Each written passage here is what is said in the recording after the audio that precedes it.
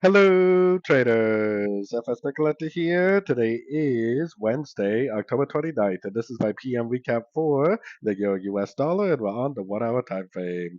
So we had FOMC come out today. Definitely still very bearish the dollar. If you watched my morning video where I look at the daily time frame, and this morning I was saying that it is likely going to go down. It didn't end up doing the liquidity grab that you often get at those big news events, but definitely a nice little push down.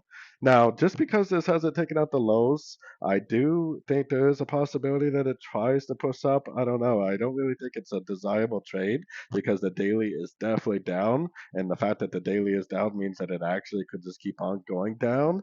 But I try to always look at both views. What if this right here is actually an ABC? What if you get a break of structure on a little bit of a shorter time frame at a Fibonacci level? Does that mean it potentially is going to make a bigger wave up?